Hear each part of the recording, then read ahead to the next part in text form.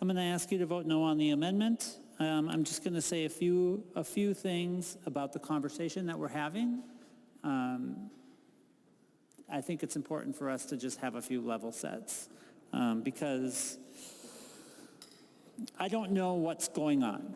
So I just want to say that it has been over 50 years since the first professional sporting event in the United States in which trans people participated and competed against cis people. American sports survived, right? We still have professional sports.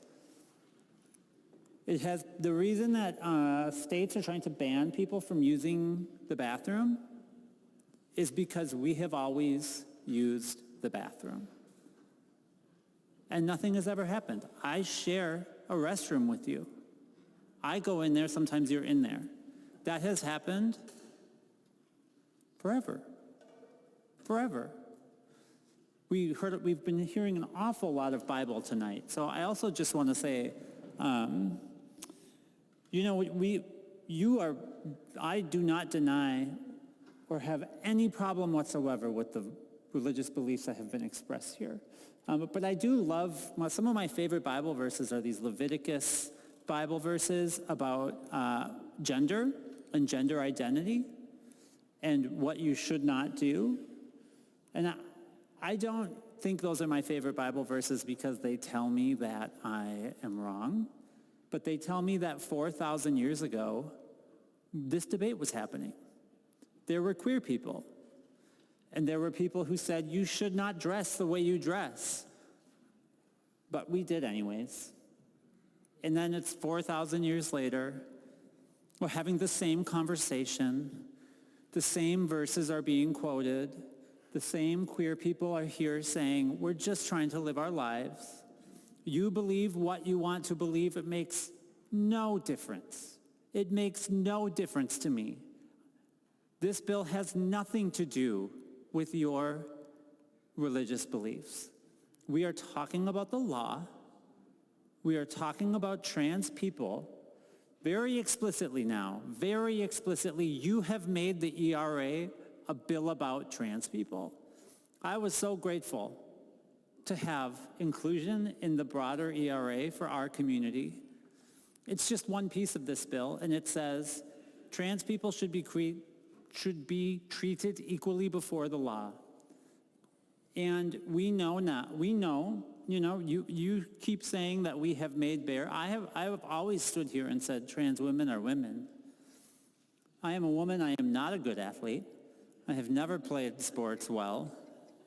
But, we heard Representative Keel talk about, there must not be trans boys playing in the sports because nobody seems to care about that. And it's evidence that this is something y'all just don't know. Minnesota has been leading in trans participation in sports for more than a decade. In the last 10 years, we have had more trans people playing sports than any state. We have also seen the highest rise in cisgender girls' participation in youth sports of any state. Inclusion is not a threat. Inclusion is not a danger.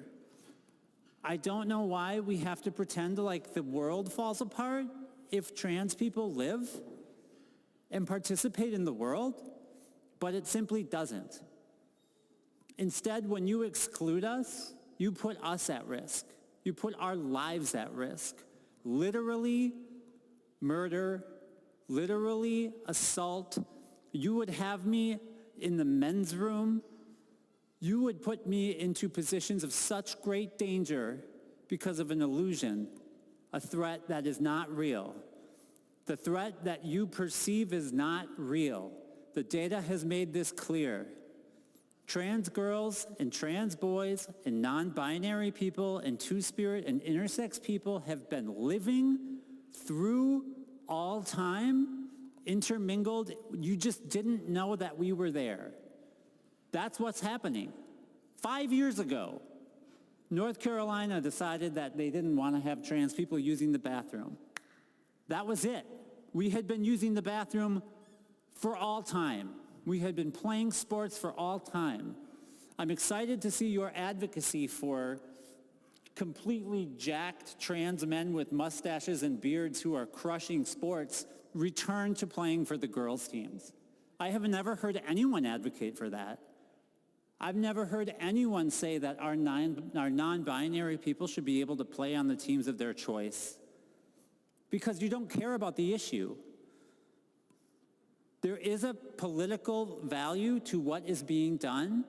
You should believe whatever you want to believe about me and my community. I couldn't care less. Before I got into this body, after I was elected, I gave an interview and I said, I do not defend my own existence. I'm not doing that here now. Trans women are women. But if you want to pretend like the sudden appearance of trans people in your world is the new threat that's going to literally destroy, look at what you're saying, literally destroy reality, look at how much power you're giving us. We don't want that power.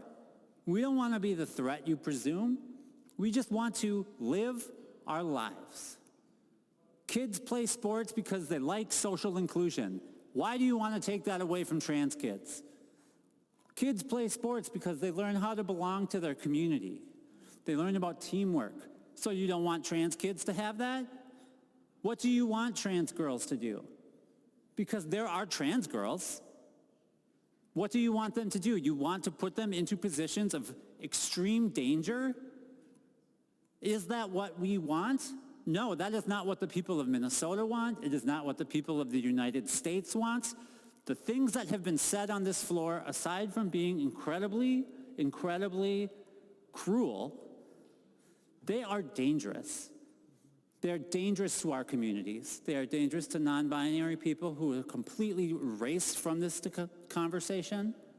They are dangerous to trans boys who are completely ignored in every conversation about trans people.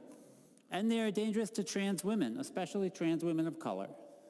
So you want to talk about trans people's inclusion in sports? I'm totally here to do that. I can show you the list of 500 professional athletes, professional women athletes who are advocating for elite sport inclusion of trans women. Cheryl Reeve, our Great Links coach, was just talking about this. It is not a simple little thing about reality versus non-reality. Trans people have always been here. Read your Bibles. We're not new. We're not going anywhere. We've always existed. We always will exist. Just stop pretending like we are the great risk, the great threat to the world. We're not. We're just people trying to live our lives in peace. Vote no on this, and let's move on with our lives.